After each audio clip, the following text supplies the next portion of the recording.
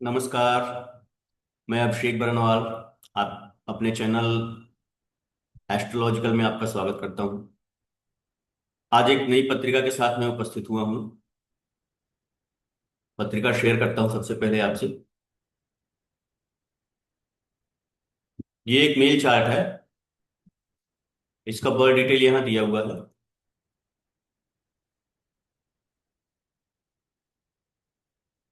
ये birth detail है 29 अगस्त 1989।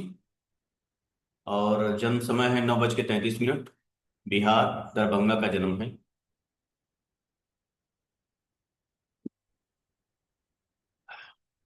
अब देखिए। अ, इस जातक को समस्या क्या है मैं बता दूं आपको पहले। इसकी उम्र लगभग 36 साल हो गई, आप देख ही रहे हैं। इसका विवाह नहीं हुआ है। पहली बात ये है। दूसरी बात यह है कि ये जातक पढ़ने के लिए विदेश गया था और अभी विदेश में ही है, अमेरिका में है। वहां अभी तक इसने कोई अर्निंग नहीं किया है, कोई जॉब, कोई बिजनेस, कुछ भी नहीं किया है। अब इसकी पढ़ाई कंप्लीट हुई है और ये जॉब ढूंढ रहा है वहां पे। और इसका यही प्रश्न था कि इस समय मुझे जॉब मिलेगी या नहीं मिलेगी, मैं क्या करूँ। शादी के बारे में इसका कोई प्रश्न नहीं था। हालांकि शादी अभी तक नहीं हुई और अभी तक ये जॉब क्यों नहीं किया, इसने अर्निंग क्यों नहीं किया। 36 साल की उम्र हो गई। तो इसके जीवन में जो भी मुख्य घटनाएं हैं वो काफी डिले हैं। मतलब अभी तक पढ़ाई ही कर रहा था, ये भी एक डिले है, विलंब माना जाएगा ना जीवन में। आइए समझते हैं, समझने की कोशिश करते हैं। ये तुला लग्न की कुंडली है। 7 नंबर आप देखिए, लग्न में लिखा हुआ है तुला लग्न। लग्नेश शुक्र हुआ। लग्नेश अपने से 12वें भाव में चला गया। सबसे पहले तो ये एक समस्या हो गई लग्न के लिए। लग्न का 6, 8, 12 में जाना अच्छा नहीं माना जाता। और वहां बैठा है वो 12वें के स्वामी के साथ। 12 नंबर, 12वें भाव में 6 नंबर लिखा हुआ है, कन्या राशि है, इसका स्वामी बुध यहीं बैठा हुआ है। यानी लग्नेश तो 12 में गया ही गया, प्लस 12वें के स्वामी के साथ बैठ गया वहां पे। 12वें का स्वामी भी वहीं पे है। इसका मतलब उसको द्वादशेश यानी कि 12वें के स्वामी का साथ भी मिल गया। इसके अलावा आप देखिए कि शनि की 10वीं दृष्टि आ रही है यहाँ पर।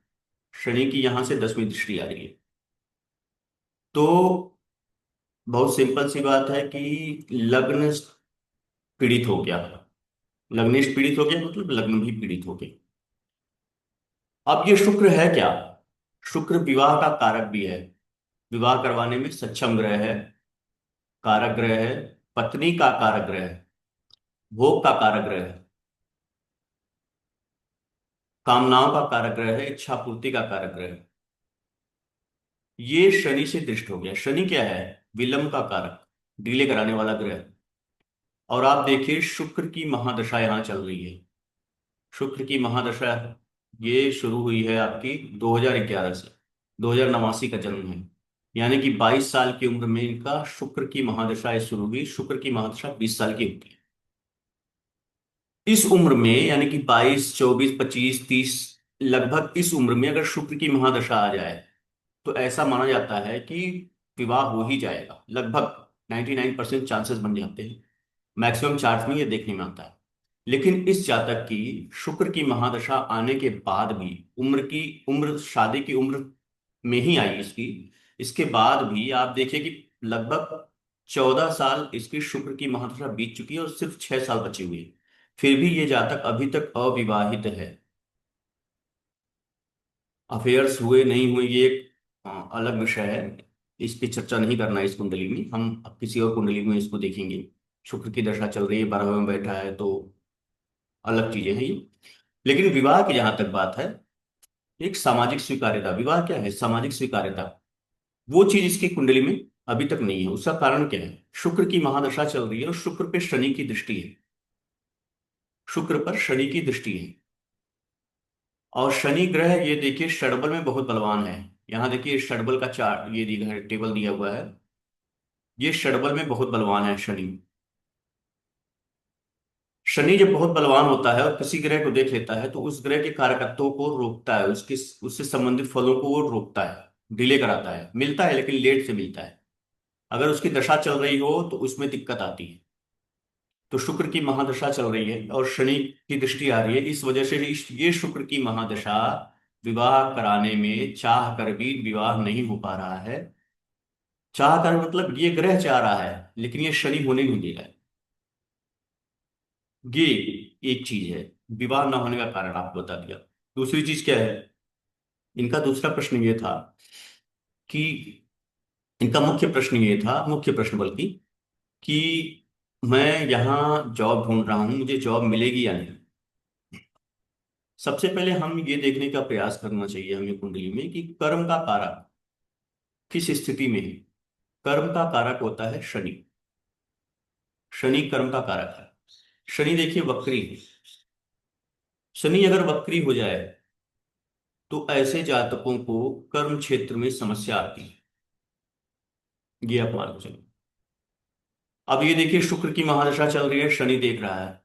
तो अगर कर्म करना भी चाहता है तो जातक मतलब शुक्र की किसी भी ग्रह की महादशा चल रही हो, अगर वो शनि उसको देख रहा है तो उसके जीवन में सभी तरह की जो भी घटनाएं होनी है वो सब में डिले होगा, सब में बाधाएं आएंगी, विलंब होगा, ये निश्चित है। मान चलिए आप, कुछ ना कुछ समस्याएं आएंगे ही आएंगी। तो ये जातक अब जैसे ये जॉब करना चाहता है, ये अभी इसको जॉब नहीं मिल रही है, उसका कारण यही है कि शनि की दृष्टि आ रही है इस पे। एक समस्या ये है।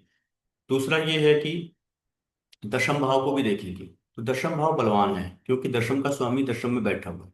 लेकिन ये दशा नाथ पर शनि की दृष्टि ने सारा गुड़ गोबर किया हुआ है। तो इसका प्रश्न ये था कि मुझे कब मिलेगी। तो अब देखिए आज की डेट में इसकी शुक्र में शनि की अंतर्दशा भी चल रही है, कमाल की बात है। शुक्र में शनि की अंतर्दशा भी चल रही है और शनि कर्म का कारक है, इसीलिए अब ये जातक कर्म करना चाहता है। शनि की अंतर्दशा आई हुई है तो ये कर्म करने का इच्छुक है, लेकिन इसको मिल क्यों नहीं रहा है, क्योंकि ये शनि है, ये डिले कराता है।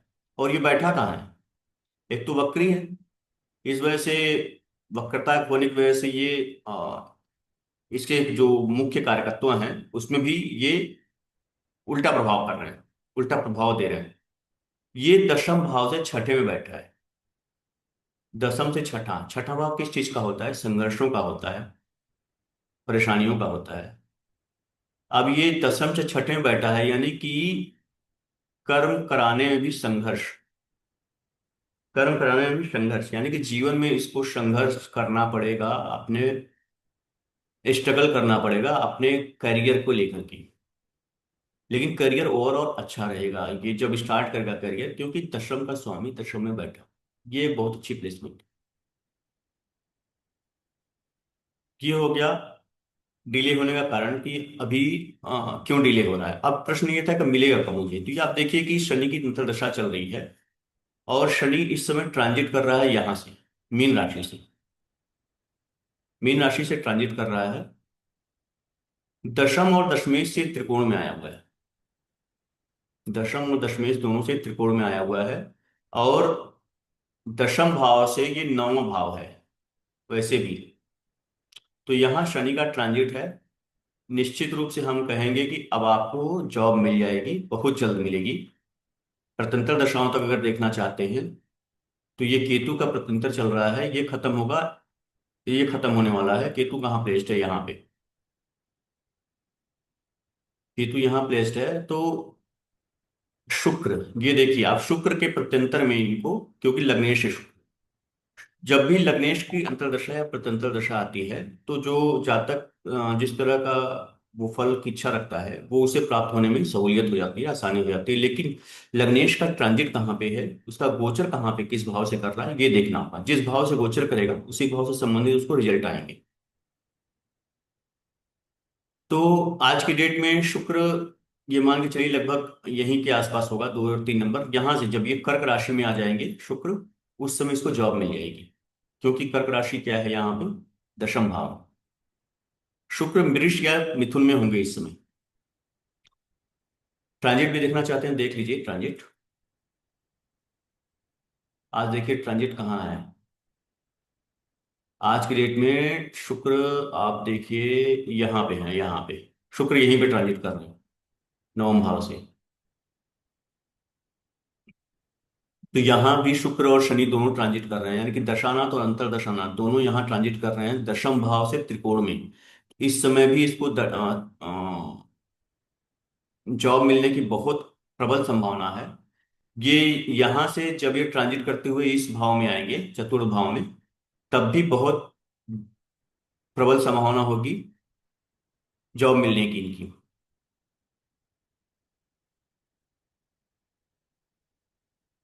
गिरेगी। ठीक है।